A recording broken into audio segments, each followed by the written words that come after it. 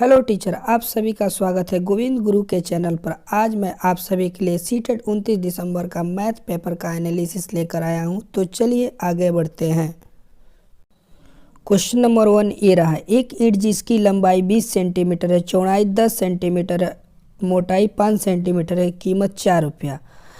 प्रवीण एक दीवार बनाना चाहता है जिसकी बीमारी इस प्रकार है। 1 मीटर ऊंचाई, 1 मीटर लंबाई और 5 सेंटीमीटर मोटाई। इस दीवार को बनाने के लिए ईंटों पर कितनी राशि खर्च करनी होगी। तो इस क्वेश्चन में करना कुछ नहीं है, बस दीवार की जो बीमाएँ हैं उसको ईंटों की बीमाओं से भाग दे देना है, आंसर आ जाएगा। तो चलिए क्या करते हैं कि दीवार की बीमाएँ 1 मीटर दिया हुआ है, यहाँ पे सेंटीमीटर में दिया हुआ है, तो सबसे पहले इसको हम कन्वर्ट कर लेंगे। इसको भी सेंटीमीटर में, तो क्या हो जाएगा 100 इंटू 1 मीटर और है 100 इंटू 5 सेंटीमीटर, उसको वैसे ही रहने देंगे। और ईंटों को क्या, ईंटों की बीमाएँ क्या है 20 इंटू 10 इंटू 5, 5 से 5 काटेंगे, 0 से 0 काटेंगे, 0 से 0 काटेंगे, 2 से 100 काट देंगे, 50 50 ईंट आ गया। एक ईंट की कीमत कितना है 400, तो इसमें 4 से गुना कर देंगे, 50 में क्या आ जाएगा 200।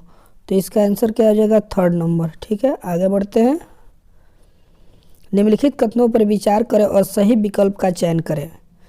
ए मानदंड दिया हुआ है।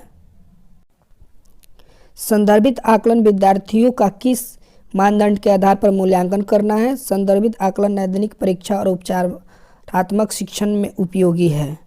ऑप्शन में क्या दिया, केवल कथन ए सही है, केवल कथन बी सही है, केवल कथन ए और बी दोनों सही है, कथन ए और बी दोनों गलत है। तो इसका आंसर हमें क्या मिलेगा, ये कथन दोनों के दोनों सही हैं, तो ऑप्शन नंबर 3 हो जाएगा राइट आंसर। आगे बढ़ते हैं। अगला क्वेश्चन दिया हुआ है, क्या है, एक घनाभाकार बॉक्स 14 सेंटीमीटर लंबा, 11 सेंटीमीटर चौड़ा और 8 सेंटीमीटर ऊंचा है। एक घनाकार बॉक्स की भुजा 11 सेंटीमीटर है। नेहा इन बॉक्सों में 1 सेंटीमीटर भुजा वाले घन पैक करना चाहती है। घनाकार बॉक्स में पैक की जा सकने वाली घनों की संख्या घनाभाकार बॉक्स में पैक किए गए घनों की संख्या से निम्नलिखित संख्या अधिक है। ठीक है, तो हम लोग क्या करेंगे, घनाकार बॉक्स के पहले सबसे पहले आयतन निकाल लेते हैं। क्या होगा, तो 11 इंटू 11 इंटू 11 कितना हो जाएगा, ये हो जाएगा 1332 और 14 इंटू 11 इंटू 8 इसका क्या हो जाएगा 1232। ठीक है, इसको जब घटाइएगा तो आ जाएगा 99। इसका ऑप्शन नंबर 2 सही हो जाएगा। ठीक है, आगे बढ़ते हैं। निम्न में से कौन सा सहसहयोगिक और सक्रिय अधिगम को प्रोत्साहन करता है। ऑप्शन में क्या दिया, शिक्षक 2 अंकों वाली संख्याओं की गुणा की प्रक्रिया शेयर करते हैं और छात्रों को उसी प्रकार प्रश्न का अभ्यास करने के लिए प्रोत्साहित करते हैं। प्रत्येक छात्र को गणितीय खेल और पहेली उपलब्ध कराना और उन्हें उनके उत्तर को साझा करने के लिए कहना। छात्रों को निर्देश देते हैं कि वे प्रश्न का हल घर पर करें और उसे अध्यापक के पास जमा करें। छात्र कक्षा में हुए विचार विमर्श द्वारा विकसित मानदंडों के आधार पर आकृतियों का वर्गीकरण करें। तो मेरे अनुसार इसका 2 आंसर सही होगा, लेकिन सबसे ज़्यादा मुझे 2 ऑप्शन पे ज़्यादा अच्छा लग रहा है, क्योंकि इसमें गणितीय खेल और पहेलियाँ दोनों उपलब्ध कराया जा रहा है, जिससे बच्चों का तार्किक शक्ति का विकास होगा। ठीक है, आगे बढ़ते हैं। वेन हीले सिद्धांत के अनुसार कौन सा क्रम ज्यामितीय स्तर के लिए सही है। ठीक है, तो वेन हीले के ज्यामितीय स्तर 0 में आता है पहचान करना, उसे हम लोग जासूसीकरण भी बोलते हैं और उसे हम लोग मानसिक चित्रण भी बोलते हैं। सेकंड में आता है, फर्स्ट में आता है विश्लेषण, ये स्तर 0 का होता है पहचान करना। स्तर 1 में आता है विश्लेषण, स्तर 3 में आता है संबंध बनाना 2 में, और स्तर 3 में आता है निगमन और स्वयं सिद्धांत। ठीक है, तो ऑप्शन इसका 1 ही सही हो जाएगा। ठीक है, आगे बढ़ते हैं। ईसा के अंकल का घर उसके घर से 150 किलोमीटर की दूरी पर है। 1 लीटर पेट्रोल से वो 15 किलोमीटर चला सकती है और 1 लीटर पेट्रोल 95 रुपये का है। उसके पास 2500 रुपये। यदि वह कार से अपने अंकल के घर जाती और ज़रूरत के हिसाब से पेट्रोल भरवा कर वापस भी आती है तो उसके पास कितने रुपये बचेंगे। ठीक है, सबसे पहले हम लोग क्या करेंगे, देख लेते हैं। हमको 150 किलोमीटर जाना है। ठीक है, तो हमको तेल कितना लगेगा, तो 150 किलोमीटर जाने के लिए 150 को हम लोग 15 से भाग दे देंगे क्योंकि 1 लीटर में 15 किलोमीटर चल रहा है, तो ये कट जाएगा 10 मार्च में। इसका मतलब 95 रुपये लीटर तेल है, तो ये 950 हो गया। ठीक है, 950 रुपये उसको जाने में लग रहा है और फिर वो पेट्रोल भरवा कर वापस भी आती है, तो इसको 950 और जोड़ देंगे। ठीक है, तो 9 दूना 18 और एक 1900 हो जाएगा। 2500 में 1900 गया, इसका ऑप्शन 600 आ जाएगा। ऑप्शन नंबर 3 जिन लोगों ने भी मारा होगा उनका ये राइट आंसर होगा। ठीक है, आगे बढ़ते हैं। इस क्वेश्चन में बहुत सारे गलती भी किए होंगे, बहुत सारे डायरेक्ट 950 2500 में घटा दिए होंगे और 1550 मार दिए होंगे, लेकिन यहाँ पे लिखा है भरवा कर वापस भी आती है। ठीक है, आप लोग ध्यान दिए होंगे जिनका भी, तो उनका सही होगा। ठीक है, क्वेश्चन नंबर 7 में क्या बोल रहा है, एक कक्षा में कक्षा 2 के छात्र जब 56 और 42 को हल करने के लिए कहा गया तो उसने निम्न प्रकार से किया। आप देख लीजिए कैसे उसने लिखा है तोड़ तोड़ के। एक गणित अध्यापिका के रूप में आपकी इस छात्रा के प्रति क्या प्रतिक्रिया होगी। छात्र की प्रशंसा करें कि उसने प्रश्न को हल करने के लिए वैकल्पिक रणनीति का प्रयोग किया क्योंकि इसे रचनात्मक और आलोचनात्मक चिंतन में वृद्धि होती है। बात सही है। छात्र को प्रश्न हल करने के लिए अपनी स्वयं की रणनीति अपनाने के लिए हतोत्साहित नहीं करना है। बच्चों को निर्देश दें कि वह देखें अन्य छात्रों की समस्या कैसे हल की और उन्हें उनसे सहायता लेकर समस्या की सही विधि का हल करें। नहीं, ये भी नहीं होगा। छात्र को डांटना, देखिए डांटना तो निगेटिव वर्ड है, डांटना ये तो करना नहीं है, तो इसका आंसर 1 हो जाएगा। ठीक है, आगे बढ़ते हैं। 1 किलोमीटर का 2/5वां भाग बराबर है। ये देखिए, ये बहुत आसान क्वेश्चन है। 1 kilometre is equal to 1000 metre हो जाएगा आपका। ठीक है, इसको 2/5वां भाग करना है, 5 से काट दीजिए, 5 दूना 10, 200 आ जाएगा। 2 से गुना कीजिए, इसका आंसर आ जाएगा 400। ऑप्शन नंबर 4 जो भी मारे होंगे उनका सही होगा। ठीक है, चलिए नेक्स्ट क्वेश्चन पे चलते हैं।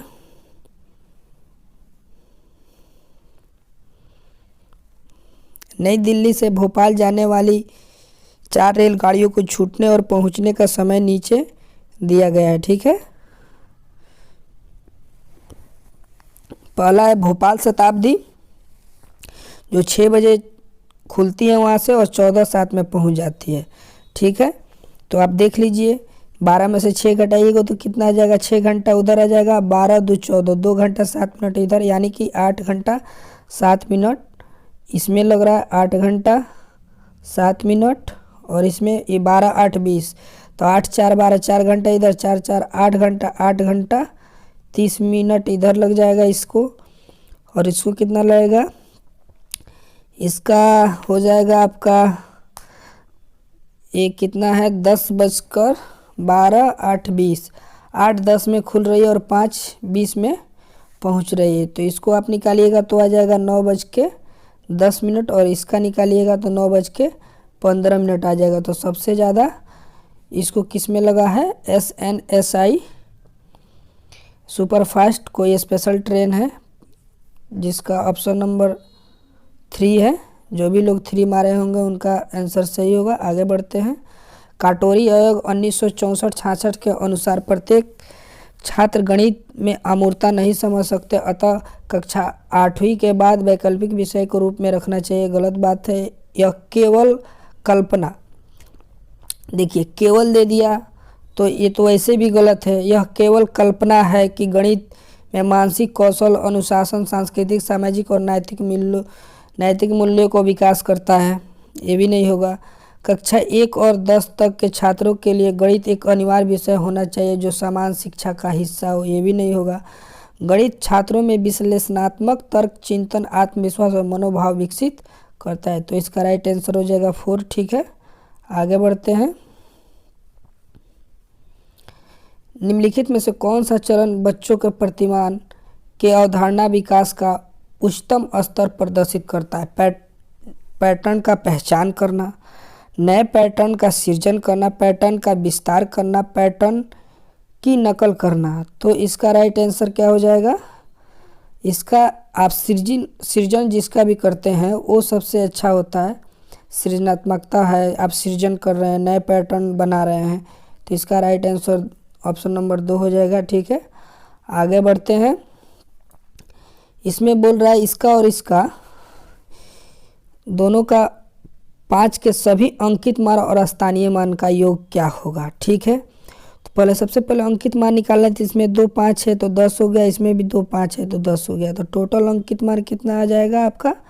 टोटल अंकित मान 20 हो गया। और इसमें स्थानीय मान निकाले तो इसमें आएगा 5000। ठीक है, और एक और आएगा 50 और इसमें आएगा 50 + 5, इसको जोड़ लेंगे, 5 का 5 हो जाएगा, 5 5 10 का 0 हाथ में लगा 1, यानी 5105 हो जाएगा। और 20 इसको जोड़ देंगे, 5125 का थर्ड नंबर ऑप्शन सही है। आगे बढ़ते हैं। कक्षा 5 का विद्यार्थी मनोज माया के घर दूध लेने गया, जो उसके घर के उत्तर दिशा में 500 मीटर की दूरी पर है। घर वापस आने के बाद वह स्कूल गया, जो उसके घर के पूर्व दिशा में 1 किलोमीटर की दूरी पर है। स्कूल में उसे दोनों स्थान पर रास्ता बताने के लिए कहा गया। उसने कागज पर सबसे पहले एक बिंदु बनाकर H नाम दिया, जो उसके घर को दिखाता है। फिर उसने माया का घर के लिए M और स्कूल के लिए S बिंदु बनाया। इनमें से सबसे उपयुक्त प्रदर्शन कौन सा होगा? ठीक है, तो उसका घर को उसने H नाम दिया है और S से उत्तर दिशा में जाता है कितना? माया का घर, और वो 500 मीटर पे है। और फिर इधर 1 किलोमीटर जाता है, यानी 1000 मीटर। ठीक है, जो स्कूल है उसका। अब ऑप्शन पढ़िए। S बिंदु H की दाईं ओर है। ठीक है, दाईं ओर है, बनाया जाता है और जिसकी दूरी HM की दुगुनी है। HM की दुगुनी है, तो इसका क्वेश्चन नंबर 1 राइट हो जाएगा। ऑप्शन नंबर 1 इसका सही होगा। ठीक है, आगे बढ़ते हैं। दो संख्याओं का गुणनफल उसके क्रमों को पलटने पर भी समान रहता है, यह गुणाधर्म क्या कहलाता है? यह गुणाधर्म क्रम विनिमय गुणा कहलाता है। ठीक है, ऑप्शन नंबर 3 चलते हैं आगे। एक शिक्षिका कक्षा 1 के बच्चों को कुछ चित्र दिखाती है और उसमें हो रहे घटनाओं के अनुसार उन्हें क्रम में लगाने के लिए कहती है। फर्स्ट है क्रिकेट खेलना, सेकंड है नहाना, थर्ड है भोजन करना, फोर्थ है किताब पढ़ना। इस गतिविधि के द्वारा टीचर क्या करना चाहती है? शिक्षिका कार्यों को क्रम से करने की अच्छी आदत विकसित कर सकती है। शिक्षिका घटनाओं के क्रम की अवधारणा को विकसित कर सकती है। शिक्षिका समय और घटनाओं के क्रम की अवधारणा को नहीं पढ़ा सकती, क्योंकि ये घटनाएं किसी भी क्रम हो सकती है। शिक्षिका केवल समय की अवधारणा को विकसित कर सकती है। इसका तो आंसर मुझे 2 राइट दिख रहे हैं, पर मेरे अनुसार सबसे अच्छा क्रम की अवधारणा को विकसित कर सकती है। ठीक है, चलते हैं नेक्स्ट क्वेश्चन पे। नेक्स्ट क्वेश्चन है, एक अध्यापिका छात्रों को निम्नलिखित सवाल देती है। निम्न संख्याओं को युग्मों में से बड़ी संख्या पर घेरा लगाइए। आप देख लीजिए, इस प्रकार के प्रश्न का उपयोग अध्यापिका कर सकती है। किस लिए? नैतिक परीक्षा के रूप में इसका प्रयोग दशमलव संख्याओं में गुणा और विभाजन की भ्रांतियों को संबोधित करने के लिए किया जा सकता है। यह आंकने के लिए कि छात्र 3 और 9 को पढ़ा याद है।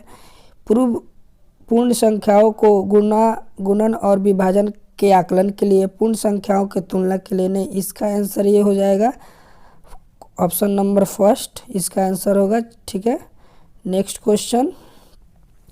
एक वर्ग की परिमाप 48 सेंटीमीटर है। एक आयत का परिमाप इस वर्ग के परिमाप के बराबर है। आयत की चौड़ाई से 4 सेंटीमीटर अधिक है। वर्ग के तथा आयत के क्षेत्रफल का अंतर क्या होगा? ठीक है, सबसे पहले वर्ग का हम लोग भुजा निकाल लेते हैं। तो क्या होता है, परिमाप इक्वल टू 4 इंटू भुजा होता है। ठीक है, तो हो जाएगा आपका 48 इज इक्वल टू 4 भुजा। ठीक है, तो ये 4 से काटेंगे तो 12 आ जाएगा। ठीक है, यानी निकल गया वर्ग का एक भुजा का 12 सेंटीमीटर आ रहा है, एक भुजा 12 सेंटीमीटर का आ रहा है। और आयत का निकालेंगे तो आयत में तो दिया हुआ है कि आयत की लंबाई आयत की चौड़ाई से 4 सेंटीमीटर अधिक है। ठीक है, तो इसके लिए हम लोग क्या करेंगे कि चौड़ाई को x मान लेते हैं और लंबाई को x+4 कर देंगे, क्योंकि चौड़ाई से 4 सेंटीमीटर अधिक है लंबाई। तो इसका परिमाप इसको भी वैसे ही कर लेते हैं। 48 इज इक्वल टू 2 इंटू लंबाई गुने चौड़ाई होता है, आपको पता ही है। तो x+4 प्लस x कर लेंगे इसको। ठीक है, तो इसको जब सॉल्व कीजिएगा तो आ जाएगा x का मान आ जाएगा 10। ठीक है, तो आप इसमें पुट कीजिएगा 10 प्लस 4 तो 14 आ जाएगा। तो इसका हो जाएगा 14 और ये हो जाएगा 10 और ये 10 और ये 14। ठीक है, तो इसको जब हम इसका क्षेत्रफल निकालेंगे तो भुजा स्क्वायर होता है, तो 12 बड़ा 44 144 आ जाएगा। और इसका क्षेत्रफल निकालना लंबाई इंटू चौड़ाई होता है, तो क्या हो जाएगा 140। जब इसको घटाएंगे तो 4 इसका ऑप्शन 4 आंसर आ जाएगा। तो इन दोनों का बीच का अंतर कितना है, 4 है। ठीक है, तो ऑप्शन नंबर 3 इसका राइट आंसर हो जाएगा। चलिए आगे बढ़ते हैं। गणित शिक्षण में सांप और सीढ़ी के खेल का उपयोग अत्यधिक उपयोग होगा उन अवधारणाओं को विकसित करने के लिए जो संबोधित हैं डैश से। अब देखिए, गणित में सांप सीढ़ी जो लीडो में खेला जाता है उसे ज्यामितीय का तो कोई समझ नहीं, आकृति का कोई समझ नहीं, मापन उसमें संख्या सबसे इम्पोर्टेंट है, संख्या 100 तक होता है। ठीक है, आगे बढ़ते हैं। गणित भाषा सहायक होती है समस्या समाधान कौशल को विकसित करने के लिए, सही बात है। संप्रेषण और वाचन कौशल को विकसित करने के लिए, तार्किक कौशल को विकसित करने के लिए। अब देखिए, संप्रेषण और वाचन ये तो भाषा सीखने से, बात करने के, वाचन करने के लिए भाषा सीखिएगा तब आपका कौशल विकसित होगा। गणित सीखने से तो भाषा कौशल पे कोई फर्क नहीं पड़ने वाला, तो इसका ए और सी सही होगा आंसर। ठीक है, बी गलत है। तो ए और सी किस ऑप्शन में है, तो ऑप्शन नंबर 4 इसका राइट होगा। आगे बढ़ते हैं।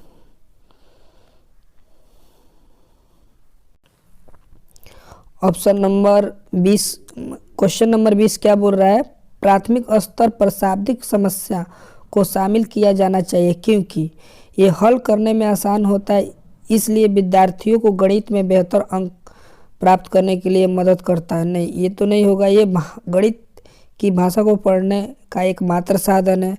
शाब्दिक समस्या को निरंतर प्रयोग से विद्यार्थी का अंग्रेजी भाषा में निपुणता तो मैथ पढ़ने से नहीं होगा।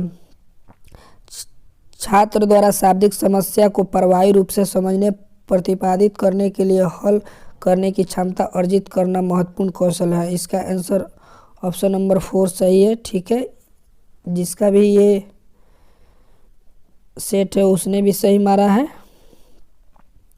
चलिए इस क्वेश्चन को देखते हैं। एक स्कूल में कुल विद्यार्थियों का 4/7 भाग लड़कियां हैं और शेष भाग लड़के हैं। यदि लड़कियों की संख्या लड़कों की संख्या से 211 ज़्यादा है तो स्कूल में लड़कियों की संख्या कितनी है। ठीक है, इस क्वेश्चन को हम लोग कैसे करेंगे। इस क्वेश्चन को सबसे पहले हम पूरे विद्यार्थियों को x मान लेते हैं। ठीक है, पूरे विद्यार्थियों को x मान लेते हैं। तो लड़कियां कितनी है, तो 4x/7 हो जाएगा। ठीक है, और लड़के कितने हो जाएंगे, लड़के हो जाएंगे एक, इसको गर्ल्स लिख देता हूँ, इसको बॉयज़ हो जाएगा 3x/7। अब बोल रहा है क्या कि यदि लड़कियों की संख्या लड़कों की संख्या से अधिक है, यानी लड़कियों में से लड़कों को घटा देंगे तो 211 के बराबर हो जाएंगे। ठीक है, तो 4x/7 minus 3x/7 is equal to 211 कर देंगे। ठीक है, तो इसको जब हम लोग सॉल्व करेंगे तो x/7 इंटू 211 हो जाएगा। ठीक है, इसको गुना कीजिएगा तो क्या हो जाएगा, इसका गुना हो जाएगा 1477। ठीक है, लेकिन ये कुल विद्यार्थी आ गए। ठीक है, 1477 क्या है, कुल विद्यार्थियों, जिसमें लड़के और लड़कियां दोनों हैं। हमसे पूछ रहा है लड़कों की संख्या, तो लड़कों की संख्या क्या हो जाएगा 3x/7। तो x का वैल्यू यहाँ पे पुट करेंगे तो इसको काट देंगे, तो इसका आंसर क्या हो जाएगा तीसरा। इसका आंसर तीसरा हो जाएगा 633।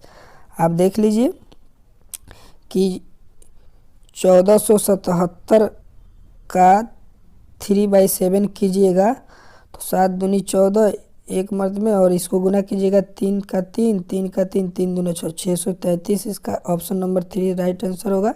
ठीक है, आगे बढ़ते हैं। निम्नलिखित में से कौन सा कथन गणित की प्रकृति के बारे में सही नहीं है। अब नहीं दिया है, देखिए यहाँ पे नहीं दिया है तो इसको ध्यान में रखना है। गणित में सभी प्रमेय अगणित प्रमाणित तथ्य है। गणित दिशा स्थान प्रमाण और माप का विज्ञान है। गणित ज्ञान सटीक और व्यवस्थित तार्किक है। गणितीय भाषा अच्छी तरह से परिभाषित और स्पष्ट है। देखिए गणितीय भाषा बोल रहा है कि गणितीय भाषा अच्छी तरह से परिभाषित और स्पष्ट है, तो नहीं है, तो इसका ऑप्शन नंबर 4 सही हो जाएगा। ठीक है, गणितीय ज्ञान सटीक और व्यवस्थित तार्किक, ये तो होगा। ये दिक्स्थान परिमाण और माप का विज्ञान, ये भी होगा। ठीक है, सभी प्रमेय अभिगृहित प्रमाणित तथ्य, ये भी सही है, लेकिन ये ऑप्शन नंबर 4 गलत है। ठीक है, चलिए आगे बढ़ते हैं। मनप्रीत के पास अच्छी गणितीय तर्कण है, इसलिए उसके पास होगा, क्या होगा, परिभाषा को पुनः स्मरण करने की क्षमता, नहीं, त्रुटिहीन गणना करने में क्षमता, सही गणितीय सूत्र को याद करने में क्षमता, तार्किक और व्यवस्थित रूप से सोचने में की क्षमता उसके पास, मनप्रीत के पास होगा। ठीक है, आगे बढ़ते हैं। क्वेश्चन नंबर 24 है, यदि एक वृत्त की व्यास दुगुना कर दिया जाए तो नई परिधि का पुराना वृत्त की परिधि का अनुपात क्या होगा। ठीक है, कोई बात नहीं, इस क्वेश्चन को हम लोग बहुत आसानी तरीका से समझेंगे। एक छोटा सा वृत्त लिए, ठीक है, और इसका व्यास मान लेते हैं 1, और एक और बड़ा सा वृत्त लेते हैं और उसका भी व्यास इसका दुगना है तो इसको 2 मान लेते हैं। अब परिधि का क्या फॉर्मूला होता है, 2πr, तो यहाँ पे रखिए 2π, तो त्रिज्या इसका निकालेगा तो 1/2 हो जाएगा, तो यहाँ पे 1/2 कीजिए, तो इसको काटिएगा तो सिर्फ पाई बच जाएगा, इसका पाई बचा। इसका देखते हैं 2πr, 2πr के जगह पे 1 रखा जाएगा। ठीक है, तो यहाँ से 2π आ गया। तो अब देखिए π/2π कीजिएगा तो पाई से पाई कट जाएगा, 1/2 हो जाएगा, यानी 1:2। तो इसका आंसर ऑप्शन क्या होगा, ऑप्शन नंबर 4। ठीक है, नेक्स्ट क्वेश्चन पे चलते हैं। क्वेश्चन नंबर 25 है, निम्न में से कौन सी गणितीय प्रक्रिया नहीं है। देखिए फिर नहीं आ गया, तो दिशयकरण, समस्या समाधान, निरूपण, अनुकूलन, अनुकूलन नहीं होगा, ऑप्शन नंबर 4 इसका राइट आंसर होगा। चलिए क्वेश्चन नंबर 26 पे चलते हैं। निम्नलिखित में से कौन सी संख्या ज्ञान के विकास से संबंधित नहीं है। फिर नहीं पूछ दिया है, तो पंक्ति गणित, देखिए संख्या ज्ञान में पंक्तिबद्धता होगा, पदानुक्रम समावेशन होगा, वर्गीकरण होगा, आत्म केंद्रित नहीं होगा, इसका ऑप्शन नंबर 4 राइट आंसर होगा। चलिए आगे बढ़ते हैं। क्वेश्चन नंबर 27 में क्या बोल रहा है, निम्नलिखित विशेषताओं वाले गुप्त संख्या को ढूंढिए, उसमें 3 अंक है। ठीक है, वह 2, 3, 7 से विभाजित हो सकती है लेकिन 5 से नहीं। यह सबसे छोटी 3 अंकीय संख्या है जिसमें दी गई विशेषता क्या है, इसके पहले और आखिरी अंकों का जोड़ा बीच के अंकों के बराबर होता है। ठीक है, तो देखते हैं, 2 और 0 को जोड़ेंगे तो 1 नहीं होगा, तो ये तो ख़त्म हो जाएगा। उसके बाद 2 और 1 को जोड़ेंगे 3 हो जाएगा, 4 और 2 को जोड़ेंगे 6 हो जाएगा, 2 और 1 को जोड़ेंगे 3 हो जाएगा। ठीक है, ये तीनों में ये कंडीशन लग रहा है। फिर हम ये वाला कंडीशन चेक करते हैं कि ये कौन सा इन तीनों में ये कंडीशन लगता है। 2 से और 3 से इसको विभाजित करते हैं और देखते हैं कि 5, लेकिन 5 से विभाजित नहीं होगा। तो इस सब में हम लोग चेक करेंगे तो हमें मालूम चलेगा कि 462 इसका राइट आंसर होगा। ठीक है, क्योंकि ये 2 और 3 से 7 से विभाजित होगा, लेकिन 5 से विभाजित नहीं होगा। ठीक है, आगे बढ़ते हैं। 28 नंबर क्वेश्चन में क्या बोल रहा है, फ्लोरा की फिशिंग कंपनी हर महीने 900 किलो ताज़ी मछली पकड़ता है। ताज़ी मछली का विक्रय मूल्य 30 रुपया किलो है और सूखी मछली का विक्रय मूल्य 120 रुपया किलो है। लेकिन जब ताज़ी मछली सूख जाती है तो यह उसके वजन का 1/3 रह जाता है। यदि फ्लोरा सूखी मछली बेचती है तो उसे ताज़ी मछली बेचने से कितना पैसा अधिक मिलेगा। ठीक है, तो इसको कुछ करना नहीं है। सबसे पहले हम ताज़ी मछली का वैल्यू निकाल लेते हैं, कितना रुपया में ताज़ी मछली बेच रहा है। 30 रुपया किलो, 9000 किलो मछली पकड़ा है तो 9 तिरका 27, 2,70,000 हो जाएगा ये। ठीक है, और सूखी मछली बेच रहा है तो हम 1/3 सबसे पहले कर देते हैं। 9000 का 1/3 कीजिएगा तो 3 से काटा जाएगा, इसको 3 तिरका 9 यानी 3000 आ जाएगा। ठीक है, 3000 को 100 कितना से गुना करना है, 120 रुपया, तो 12 तिहाई 36, 360 हो जा रहा है, यानी 3,60,000। ठीक है, इसको घटाइएगा तो 0 0 0 0 और यहाँ पे क्या बच जाएगा, 16 में से 7 गया, 9 और 7 16, यानी 90,000 रुपया फ़ायदा हो रहा है सूखी मछली बेचने से। ठीक है, तो ऑप्शन नंबर 4 इसका राइट आंसर होगा। आगे बढ़ते हैं। दीपू अपनी कमरे की चारों दीवारों रंगना चाहता है। सभी दीवार आयताकार है और आमने सामने की दीवार की माप समान है। ठीक है, आमने सामने की दीवार के माप समान है। यदि दीवारों की आकार 4 मीटर इंटू 3.5 मीटर, फिर 4.5 मीटर इंटू 3.5 मीटर है तथा दीवारों को रंगने की कीमत 22 रुपये प्रति वर्ग मीटर हो तो दीवार को रंगने में कुल कितनी लागत आएगी। ठीक है, एक रूम में 4 दीवारें होती हैं, 2 दीवार का दे दिया है, उसके आमने सामने बराबर हैं। ठीक है, यहाँ तक समझ में आ गया। ठीक है, तो इसको सबसे पहले क्या करते हैं हम लोग कि दीवार में 4 into 3.5 is equal to 14 into 2 कर देंगे आमने सामने की दीवार, तो ये कितना हो जाएगा 28। 4.5 इंटू 3.5 इज इक्वल टू कितना हो जाएगा 15.75। इसको भी 2 से गुना किया जाएगा तो कितना हो जाएगा 31.5। इन दोनों को जोड़ दीजिए तो 59.5 आ जाएगा और 59.5 को 22 रुपये प्रति वर्ग मीटर है तो गुना कीजिएगा तो आ जाएगा आपका 1309 रुपये, यानी ऑप्शन नंबर 3 राइट आंसर होगा। ठीक है, आगे बढ़ते हैं। क्वेश्चन नंबर 3 देखिए, एक गणित की परीक्षा में फातिमा ने एक प्रश्न सम्मिलित किया। यदि 2 संख्याओं का योग 17 है तो संख्याएं क्या है, यह उदाहरण किसका है। तो देखिए, ये तो देख के ही लग रहा है कि मुक्त सिरे वाला प्रश्न है, ओपन एंडेड प्रश्न है, क्योंकि सभी बच्चा का अलग अलग आंसर होगा। कोई बोलेगा 15 + 2 17 होगा, कोई बोलेगा 10 + 7 17 होगा, कोई बोलेगा 9 + 8 17 होगा। तो ये मुक्त सिरे वाला प्रश्न है। ठीक है, तो मेरे चैनल को सब्सक्राइब करें, लाइक करें, कमेंट करें।